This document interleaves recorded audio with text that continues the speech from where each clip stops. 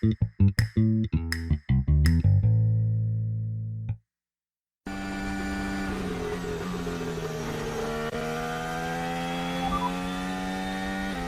the is that, bro?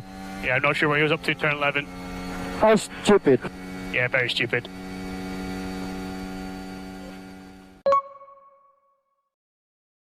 Do you assess today's sessions? Up and down, but I think ended up pretty positive for FP2, especially short run. The pace was really, really good. We have to find out why, to be honest, because picked up so much grip in a soft run, which didn't expect that, to be honest, with the pace. So had to understand why, and but considering also you may not have traffic, it was a pretty good lap. So continue digging into that short run, and for the long run is a place that bit still lacking a pace, and also we have to balance each other between short and long run. But long run is a little bit off, so a bit more focus on that. Max was saying ahead of the weekend that it might be a bit of a tricky one, no surprise given the result last week. From what you've learned early doors in FP1, what can we expect? Max knows it can be a tricky one because I'm sure he remembers very well last year. Last year was very, very tricky for the team here in Monza. But the guys have been doing a lot of work to try to nail what happened last year in Monza, try to come here with a package that will not make us fall into the same issues. So early days, but the first indication this morning where the usual car that we have is the usual strengths, the usual weaknesses, meaning that we hope to be in a normal competitiveness situation. So let's see where does that take us, but we are hoping to be in a better situation than last year. Great stuff. And there's a lot of chat, I think, about the second seat at Red Bull for next year. You've probably had this question a billion times. What does Yuki need to do, because you know him so well already anyway, to keep his seat? And what does Isaac have to do to potentially be in the mix?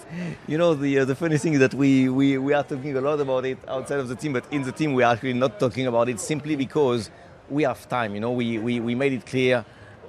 These drivers are all under contracts with us. We have quite a few more weeks to make decisions. We are trying to support them the best we can. Yeah. We are pleased to see Isaac's incredible performance last weekend and in general his progressions. We equally see a big step change in performance with Yuki in Spa, in Budapest, in Zandvoort. Is it enough? No, we want more, but we think the right thing is to let our drivers get a few more races to get a chance to show everything they can. Obviously, we come here off the back of a really strong weekend last time out in Zandvoort. Very different track here. Yeah. So from what you've learned from FP1 and simulations and stuff, feeling good about your chances this weekend? I don't say feeling good just yet. FP1, I think we started pretty decent, but again, it's just to get performance out of this soft tyre is haunting us, really. I think our driver's feeling on the medium tyre was good, but then when we went on the soft tyres, it wasn't so. It's not so much as lap time. We didn't get much on the lap time either, but we got two very good drivers, so when their feeling is good, even if you don't show on the lap time, I'm confident we can get there. But then when their feeling is not great, we really need to understand what is giving them that feeling. How can we improve it? So that's what we focused on before FP2 engineers on the track. So how much of a head scratcher is this soft tyre thing? Kind of the detail of the complexity of just trying to understand what you need to do? Yeah, it is very difficult. Tyre is the most complicated thing, really, and it's only the tiny percentage of tire behavior we can see on the data. So we got to rely quite a lot on the driver feedback, precise feedback. Also, it's so sensitive. So how you prepare it makes a big change. So but then I think we had a good lesson in Zandvoort. So I'm very happy listening to a post FP1 debrief that everybody's got eyes wide open, going in open-minded, working together. So we formulate a plan for, I'm sure they have the plan now for FP2.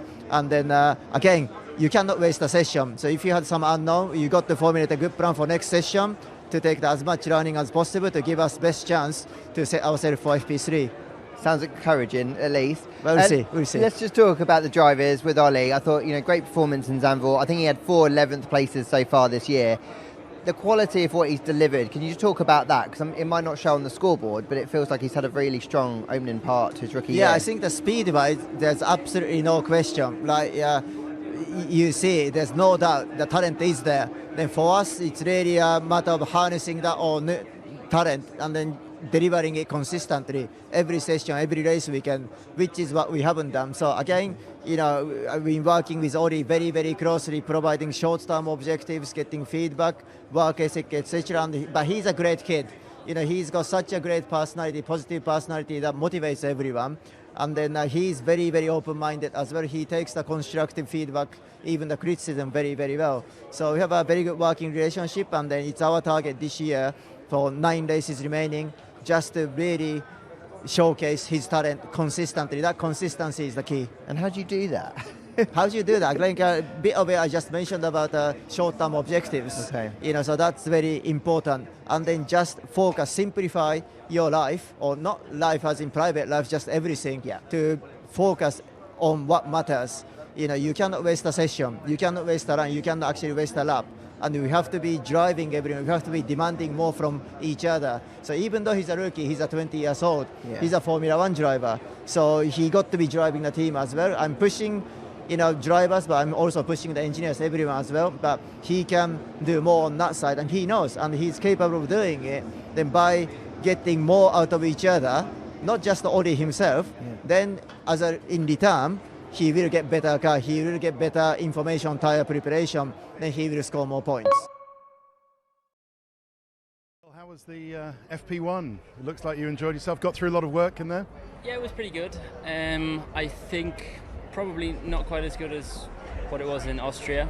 I think that one was a little bit stronger, but no, I think overall Monza is always going to be a tricky track jumping into FP1, with a low downforce, and I haven't been in the F1 car for quite a while as well, so I think generally just the first couple of laps I was trying to get back into the swing of things, but no, overall I think I've learned a lot. I think compared to Lando as well, it's good to see. I've done one with Oscar and now one with Lando, so to see the differences and what I can understand more as a driver is important for me, so I've learned a lot. Okay, we saw some mechanics helping you with some sticky strips either side. Just explain what was going on. Were you getting some buffering or buffeting? Or? To be completely honest, I don't remember. No, I don't remember. I think as far as I know, everything in the session went smoothly, so apart from that, I don't know. Okay, and that's great. And thoughts on the rest of the weekend for you personally? F2 quali went pretty good. I think definitely jumping back in and adapting to the F2 car was much easier than what I found it in Austria. It was a very messy session. I think we had 4 red flags and only got to do 2 laps, so to be there in the top 6 is a strong place to be. I think for the championship, we're right there and not too far off the lead as well, so we're in a strong spot. Okay. Well, you did a very strong job in the McLaren as well in FP2. Thank you very much. Well done. Thanks very much. Thank you.